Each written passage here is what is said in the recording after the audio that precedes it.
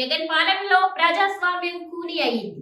APCC chief Sharmila Jagan ప్రభుత్వంపై APCC chief Sharmila మండిపడ్డారు. DSC notification విషయంలో సెక్రటేరియట్ ముట్టడికి ప్రయత్నించిన షర్మిల ఇతర కాంగ్రెస్ నేతలను పోలీసులు అరెస్ట్ చేశారు.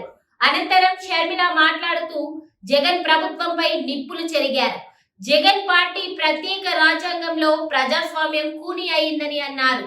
పూర్తి చేయని హామీలను ప్రశ్నిస్తే అరెస్ట్ చేసి నిర్బంధిస్తారా అని నిలదీశారు. కాంగ్రెస్ పార్టీ అధ్యక్షురాలిగా తనకే ఈ పరిస్థితి ఉంటే ఇక సామాన్యుడి పరిస్థితి ఏంటని ప్రశ్నించారు. ఏపీలో పరిస్థితి చూస్తే ప్రజాస్వామ్య దేశంలో ఉన్నామా లేక రాచరికపు పాలనలో ఉన్నామా అనే సందేహం కలుగుతోందని అన్నారు షర్మిల.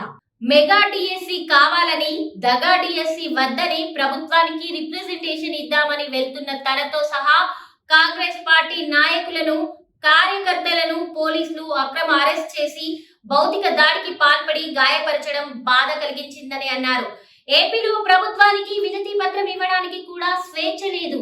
వినతి పత్రం తీసుకోవడానికి సచివాలయంలో ఒక్కరు కూడా లేరట అని అన్నారు. ఇక సీఎం రాడు, మంత్రులు లేరు, అధికారులు రారు, వీళ్లకు పాలన చేత కాదు అనడానికి ఇదే నిదర్శనమని అన్నారు షర్మిల. అధికారం శాశ్వతం కాదనే విషయాన్ని వైసీపీ పాలకులు గుర్తు పెట్టుకోవాలని అన్నారు. కాగా మెగా డిఎస్సి ప్రకటించాలనే డిమాండ్ తో షర్మిలతో పాటు కాంగ్రెస్ నేతలు సెక్రటేరియట్ ఎదుట ఆందోళనకు దిగారు.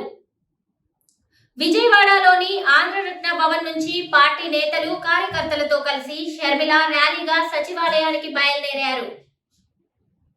అయితే పలు చోట్ల వారిని పోలీసులు అడ్డుకునేందుకు ప్రయత్నించారు. దీంతో కాంగ్రెస్ నేతలు వైఎస్ షర్మిల రోడ్డుపైనే బైఠాయించి ధర్నాకు దిగారు. దీంతో వారిని అడ్డుకునేందుకు అమరావతి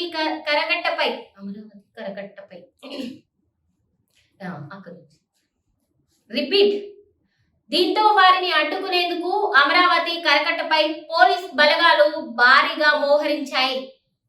మెగా డిఎస్సి కోసం ఆందోళనలు చేస్తున్న కాంగ్రెస్ నాయకులు, కార్యకర్తలను బలవంతంగా వాహనాల్లోకి ఎక్కించి అక్కడి నుంచి తరలించారు. ధర్నాకు వచ్చిన షర్మిల కారు దిగగానే వెంటనే పోలీసులు చుట్టుముట్టి బలవంతంగా అరెస్ట్ చేశారు. షర్మిలతో పాటు కార్యకర్తలు, నాయకులను అరెస్ట్ చేసి దుగ్గిరాల పోలీస్ స్టేషన్ కి తరలించారు. అయిపోయింది.